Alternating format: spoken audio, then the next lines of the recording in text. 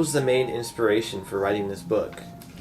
The main inspiration for writing Dancing with Wild Woman actually came from my research with another novel, Indian Affairs, and I stumbled across this just mesmerizing book called The Book of the Hopi by Frank Waters. And I'd actually read Frank Waters in college. I'd read his The Man Who Killed the Deer. And I was just impressed with his wealth of information, his research. More importantly than that, with just his innate integrity that showed up with each of his books. So I knew that this was something that was going to change my life when I read it. And basically, the Book of the Hopi is about their call for us to change our way of life, that if we don't become and recognize our oneness and our brotherhood with all of men on earth, that we will most likely extinguish ourselves. And coincidentally, anthropologists consider that the Hopi are descendants of the Mayans, so they believe that, is it just coincidental that the end of the Hopi Mayan calendar coincides with the Hopi prophecies, and that happens this year. What are the Hopi prophecies, and how do they relate to your book? Well, there are actually many Hopi prophecies, but most of them are inscribed on Prophecy Rock, which is on the Hopi Reservation. Non-Indians are not allowed to see this big boulder, but actually a few white men have, one of them being Frank Waters, who lived with the Hopi, and some missionaries, and they did drawings, so they do exist. One of the prophecies is called the Blue Star Kachina prophecy. And the Hopi believe that when the Blue Star Kachina dances in their plaza and removes its mask, that this is signifying that the end of the dimension of the world as we know it has approached.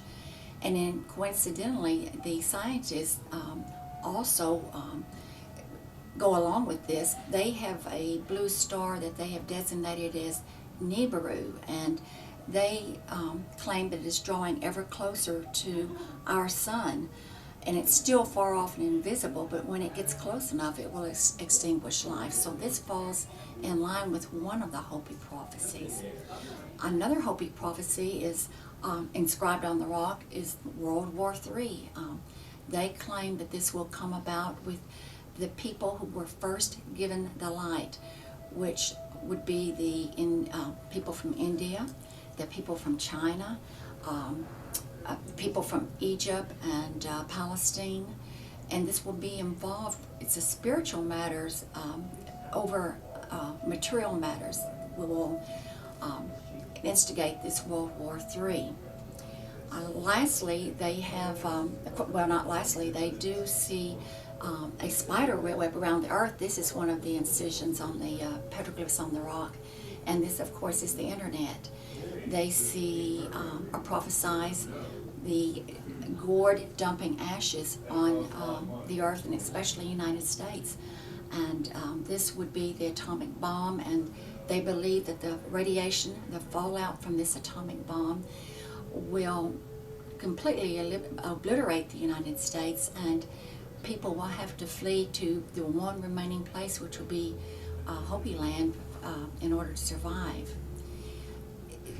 Their main approach to this is that if we want to change this, we have to become as one heart, not two hearts.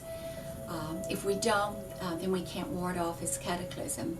And they hope, or they believe if they dance, they can keep the world in balance.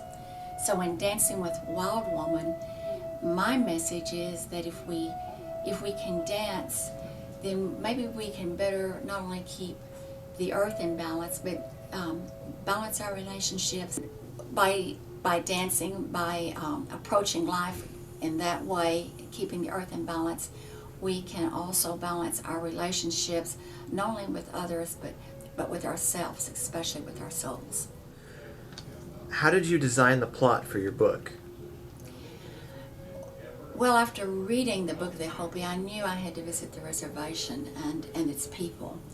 And I was just profoundly moved by their mystical and their spiritual approach to life. And this missing stone tablet, which is a predominant subject throughout the Book of the Hopi, I knew I had to write about it. And on this missing stone tablet, and it's much like, I equate it to the stone tablet that Jehovah gave the Hebrews with the Ten Commandments. But on this missing stone tablet, the guardian who gave it to the Hopis tell them that they will be a subjugated people and that they must live this way until their long lost white brother arrives to deliver them from their captors. And at that time, a new world order, if you might call it a brotherhood of men, will come about. So knowing that I had to write this book, I didn't quite know where to go yet until I read an article in a newspaper about the Shadow Wolves. And they're an all-Indian unit that tracks for the U.S. Customs Department. So right away I knew I had the story, the missing stone tablet, and of course the Indian trackers for their U.S. Customs.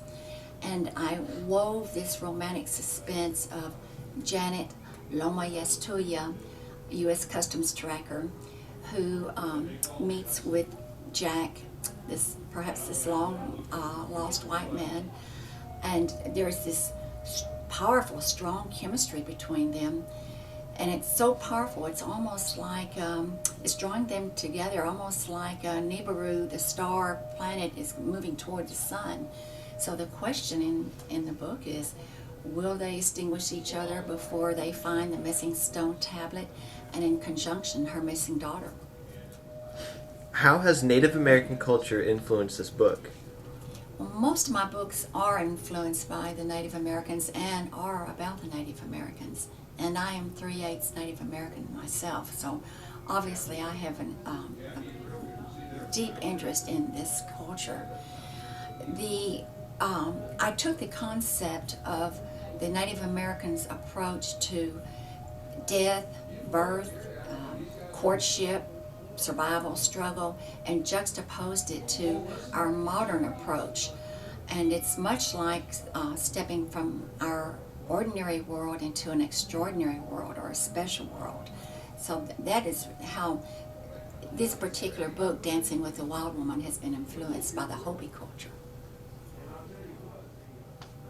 Why have you chosen the mystery genre?